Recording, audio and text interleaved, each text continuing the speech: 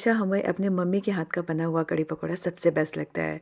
आज मैं आपके लिए लेके आई हूँ मेरी मम्मी के स्पेशल कढ़ी पकौड़े की रेसिपी, जिसे बनाना तो आसान है ही, साथ ही साथ मैंने वो सारे टिप्स बताए हैं कि अगर आपने इस तरीके से कढ़ी पकौड़ा बना लिया ना, तो आपका कॉन्फिडेंस लेवल इतना हाई हो जाएगा कि आप दूसरों को सिखाएंगे कि परफेक्ट कढ़ी पकौड़ा कैसे बनाते हैं। साथ में कुकर में फटाफट हम जीरा राइस बनाएंगे, जो इस डिश को कंप्लीट बनाएगा। तो चलिए आज की बहुत ही मज़ेदार और सुपर टेस्टी रेसिपी शुरू करते हैं।